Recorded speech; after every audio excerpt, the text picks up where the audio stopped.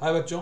तो sample paper chemistry का बच्चों लॉन्च हुआ है, सारे सब्जेक्ट्स का लॉन्च हो गया है। तो एक बार देखते हैं कि कहाँ कहाँ से कैसे कैसे नंबर, कहाँ कहाँ से कैसे कैसे क्वेश्चंस पूछे जा रहे हैं, कैसे ज़्यादा से ज़्यादा स्कोर हम इसके अंदर ला सकते हैं बच्चों। तो बने रहना मेरे साथ और देखना कि कैसे मैं एनालिसिस करता हूँ पूरा, कहाँ से क्वेश्चंस बन रहे हैं। सबसे पहले बच्चों कितने क्वेश्चंस होंगे आपके सामने बच्चों क्लियरली लिखा हुआ है कि इसमें जो है वो 12 क्वेश्चंस होंगे बच्चों, ठीक है। ओनली 12 क्वेश्चन, पहली बार ऐसा होने वाला है कि केमिस्ट्री के पेपर में 12 क्वेश्चंस होंगे। आपने एमसीक्यू के अंदर जब पेपर दिया था तो आपने 45 क्वेश्चन किए थे बच्चों, लेकिन अब जो है सिर्फ 12 क्वेश्चन करने हैं, जिसमें से पहले 3 क्वेश्चन जो हैं वो सिर्फ 2 नंबर के होंगे। अगले 4 से 11 यानी कि जो अगले 8 क्वेश्चंस हैं वो 3 मार्क्स के होंगे।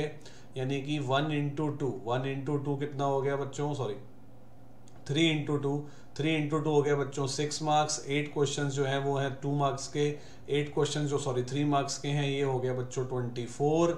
और एक बड़ा क्वेश्चन जो है बच्चों लॉन्ग आंसर टाइप 5 मार्क्स का है, which makes it equal to 35। Okay, तो अब देखते हैं बच्चों, बड़ी इंपॉर्टेंट इन्फॉर्मेशन यहाँ पर भी एक लिखी हुई है कि सबसे पहली बात तो ऑल क्वेश्चंस आर कंपलसरी। बीच में एक दो ऑप्शंस देखते हैं कि नहीं है, और लॉग टेबल को यूज़ नहीं करना।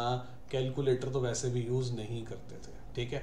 सेक्शन ए बच्चों सीधा ही क्वेश्चन, मतलब इस बारी जो प्लान है वो ये है कि कोई भी छोटा क्वेश्चन है ही नहीं। सारे क्वेश्चन जो है वो 2 मार्क्स के ही हैं बच्चों, सारे क्वेश्चन जो है वो 2 मार्क्स के ही हैं।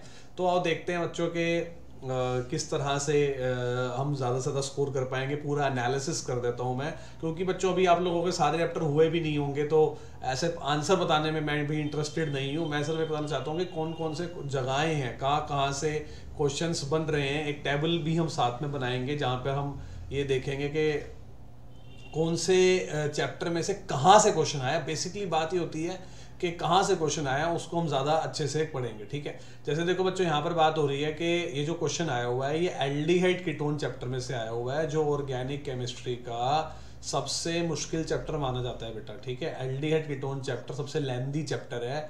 तो इसमें जो क्वेश्चन आया हुआ है, ये वाला क्वेश्चन जो है वो एसिडिक नेचर में से आया हुआ है। इसका मतलब एसिडिक नेचर वाला टॉपिक ज़्यादा इम्पॉर्टेंट बन जाता है। ऑर्डर लगाने वाले क्वेश्चन पहले भी आते थे। ऑर्डर लगाने वाला क्वेश्चन ये है, ये न्यूक्लियोफिलिक यानी कि केमिकल प्रॉपर्टीज, न्यूक्लियोफिलिक जो है एडिशन होता है एल्डिहाइड कीटोन्स में से, वहाँ से आया हुआ है। और ये जो क्वेश्चन है वो फिजिकल प्रॉपर्टीज में से आया हुआ है। हमें इस तरह का एनालिसिस चाहिए बच्चों।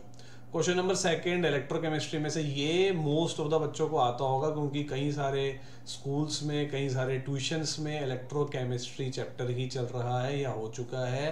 तो ये अच्छा क्वेश्चन है, ग्राफ बेस्ड क्वेश्चन है। जिन बच्चों को पता होगा उनको पता होगा कि ग्राफ बेस्ड क्वेश्चन इस चैप्टर के अंदर कौन सा है। तो ये जो टॉपिक है ये कंडक्टिविटी टॉपिक से आया हुआ है। तो अच्छा, बहुत अच्छा क्वेश्चन है बच्चों, और मतलब रियली इसको हमें करेंगे। ये मैं थोड़ा सा सरप्राइज हूँ यहाँ पर कि एल्डिहाइड कीटोन्स चैप्टर में से जनरली रीजनिंग क्वेश्चंस कम आते थे। रीजनिंग क्वेश्चंस बच्चों यहाँ से कम आते थे, वो मैं देख रहा हूँ। एल्डिहाइड कीटोन का मतलब रीजनिंग क्वेश्चन जो है वो आ रहा है। फिर बच्चों क्वेश्चन नंबर 4 है, जिसके अंदर हम देख रहे हैं aniline can not be prepared by ammonolysis. ये हमारा चैप्टर है बच्चों अमाइंस, ओके। अमाइंस चैप्टर में से ये है। अभी तक अगर हम एक टैली बनाएं बच्चों, अगर अभी तक हम एक टैली बनाएं जिसके अंदर हम ये देखें भाई कहाँ से कितने कितने क्वेश्चंस आ रहे हैं, तो आप देखोगे कि अगर हम एक टैली बनाएं कि कहाँ से कैसे कैसे क्वेश्चंस आ रहे हैं, तो उसको भी मैं आपको भी समझाता हूँ कि एक टैली बनाते हैं हम। Just a second.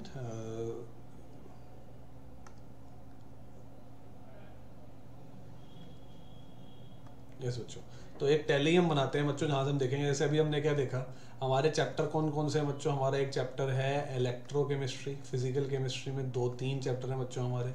इलेक्ट्रोकेमिस्ट्री में से कहाँ से क्वेश्चन आया हम ये देखेंगे।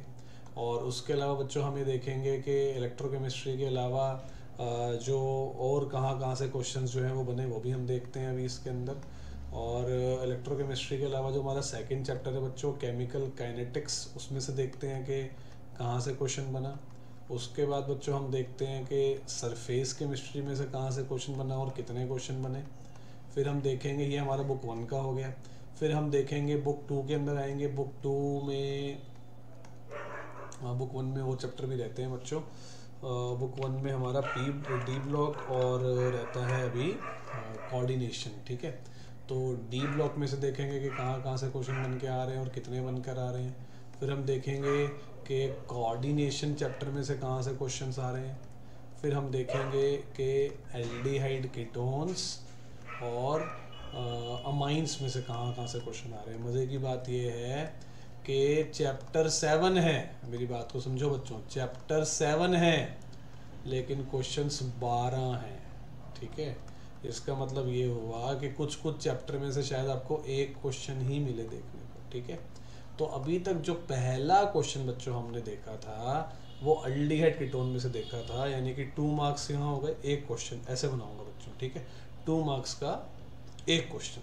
और फिर उसके बाद बच्चों हमने देखा था एक क्वेश्चन आया था इलेक्ट्रोकेमिस्ट्री में से, 2 मार्क्स का एक क्वेश्चन जो है वो इलेक्ट्रोकेमिस्ट्री में से देखा था, ठीक है। तो ये सैम्पल पेपर पर आया हूँ बच्चों वापस से। Again question number 3 aldehyde ketone का रीजनिंग वाला है ना, अल्डिहाइड कीटोन का रीजनिंग वाला। फिर एक 2 नंबर का क्वेश्चन जो है वो एक क्वेश्चन, 2 नंबर का एक क्वेश्चन। तो aldehyde ketone is clearly winning the race till now, के ज़्यादातर क्वेश्चन जो है वो अल्डिहाइड कीटोन में से बन रहे हैं। अमाइंस चैप्टर में से रीजनिंग पहले भी बहुत आती थी, जब सब्जेक्टिव पेपर नॉर्मल जो प्री कोविड टाइम्स की बच्चों बात कर रहा हूँ, तो अमाइंस चैप्टर में से पहले भी रीजनिंग क्वेश्चंस बहुत आते थे। तो अमाइंस चैप्टर में से हमने देखा 3 नंबर में रीजनिंग का क्वेश्चन एक आया हुआ है, ठीक है ना। अमाइंस चैप्टर में से रीजनिंग का एक क्वेश्चन आया हुआ है। आगे देखते हैं बच्चों। इस तरह की एनालिसिस से क्या होता है कि आपको पता लगता है भी कहाँ से हम ज़्यादा कर सकते हैं। ऑप्शन है बच्चों, ठीक है ना। यानी कि 3 नंबर का एक और क्वेश्चन जो है वो अमाइंस चैप्टर में से बना है, जो रिएक्शन बेस्ड है, कन्वर्जन बेस्ड है, ठीक है। तो आई होप बच्चों आप लोग समझ पा रहे होगे मैं क्या कहना चाहता हूँ और किस तरह की एनालिसिस हम कर रहे हैं अभी, ठीक है। उसके बच्चों ये क्वेश्चन है कोऑर्डिनेशन कंपाउंड में से। जो ये क्वेश्चन है ये ना रिलेटेड टू हाइब्रिडाइजेशन है, related to hybridization and crystal field theory है। तो मतलब ये उसका बहुत इंपॉर्टेंट टॉपिक है और ये नेमिंग का है, ठीक है ना। तो नेमिंग, हाइब्रिडाइजेशन, कोऑर्डिनेशन में से अगेन एक 3 नंबर का क्वेश्चन हमने देखा। और ये नीचे जो क्वेश्चन है ये अगेन क्रिस्टल फील्ड थ्योरी का है, ठीक है ना, CFT क्रिस्टल फील्ड थ्योरी। तो कोऑर्डिनेशन में से हमने देखा। फिर 3 नंबर का एक क्वेश्चन है जो कि ऑप्शन में भी एक है, ठीक है ना। और उसके बाद बच्चों आगे की बात अगर करें कि ये देखो आप, ये फिर हमें एक क्वेश्चन दिख रहा है जो कि डी ब्लॉक में से है, 3 मार्क्स का एक और रीजनिंग क्वेश्चन। रीजनिंग बहुत भरी हुई है बच्चों इसमें से। तो डी ब्लॉक में फिर एक 3 नंबर का हमें मिला एक रीजनिंग बेस्ड। डी ब्लॉक में से देखो रीजनिंग क्वेश्चन ही हमें मिलते हैं, है ना। अच्छा, उसके बाद बच्चों एक और क्वेश्चन देखते हैं। डी ब्लॉक का रीजनिंग से भरा हुआ क्वेश्चन है, अच्छा क्वेश्चन है, बीच बीच में से आया हुआ, डायरेक्ट नहीं है NCERT से, ठीक है। This is not a direct question बच्चों जो अभी आप डी ब्लॉक का देख रहे हैं। आफ्टर बच्चों क्वेश्चन नंबर 7 ये ना हॉट्स क्वेश्चन होते हैं, जैसे कि आप लोगों को पता होगा, आप लोगों ने कि A से बना B, B से बना C। ये कौन चैप्टर में से आया पता है? ये एल्डिहाइड कीटोन में से आया है, एल्डिहाइड कीटोन में से आया है बच्चों ये क्वेश्चन, 3 नंबर का अगेन। तो अगेन एल्डिहाइड कीटोन में से फिर एक 3 नंबर का क्वेश्चन हमें मिला, है ना। अच्छा, फिर आगे चलते हैं बच्चों।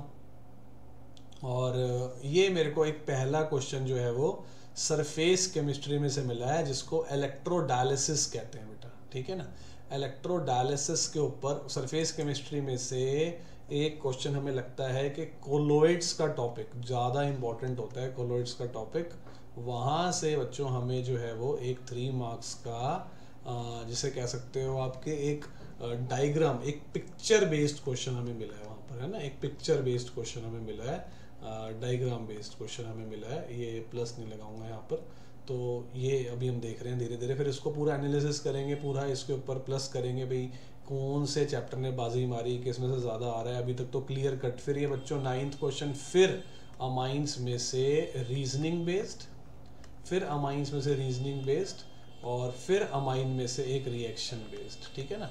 तो देखो अब ऑप्शन जो है ना एग्जामिनर के पास इतने हैं नहीं, तो यहाँ पर आप देख रहे हो बच्चों क्वेश्चन नंबर 9 तक हम पहुँच भी गए हैं और क्वेश्चन जो है वो 12 ही हैं।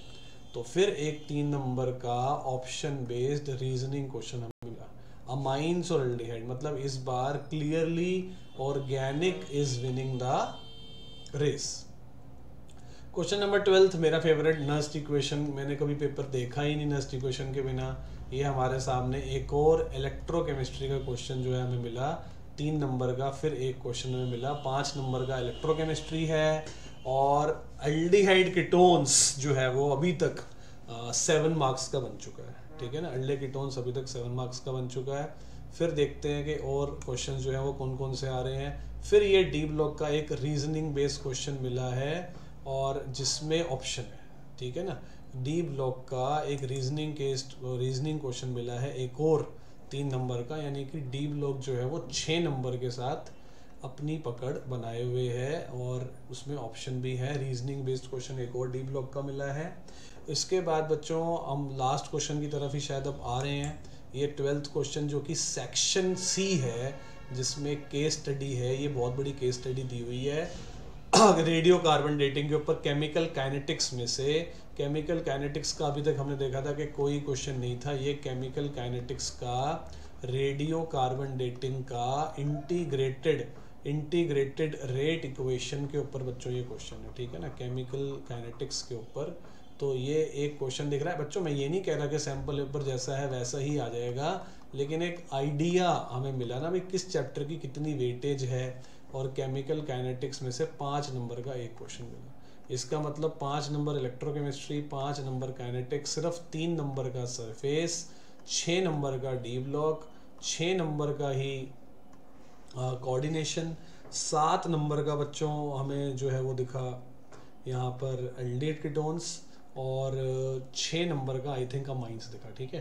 13 और 12 कितने हो गए बच्चों, 13 और 12 25 और 10 35 बीच में 1-2 ऑप्शन के क्वेश्चन हो गया, ठीक है। कोऑर्डिनेशन में एक ही क्वेश्चन शायद 3 मार्क्स का हमें मिल रहा है, तो आई थिंक पूरे हो जाएंगे, है ना। 13 और 3 16 और 6 हो गए बेटे हमारे 22 और 8 30, 22 और 10, हाँ ठीक है, 32 और 3 35 हो गए, ठीक है ना। कोऑर्डिनेशन और सरफेस एक एक क्वेश्चन ही मिला बच्चों हमें 3 मार्क्स का। बाजी मारी है और क्लियर कट ऑर्गेनिक केमिस्ट्री जो कि 13 मार्क्स की आ रही है बच्चों, जो आ रही है हमारी ऑर्गेनिक केमिस्ट्री 13 मार्क्स की। फिजिकल केमिस्ट्री भी 13 मार्क्स की आ रही है, 13 + 13 26, और 9 नंबर की बच्चों जो है वो इनऑर्गेनिक केमिस्ट्री है। तो बच्चों आई होप आप लोगों को मेरी बात समझ आई होगी कि मैं कैसे क्या कह रहा हूँ आपको, कैसे एनालिसिस किया हमने, कैसा पेपर है। आई होप लोगों को समझ आया होगा कि किस तरह से आप लोगों को तैयारी करनी है। So do like my video and share, subscribe my channel chemistry with Anuj Arora. Thank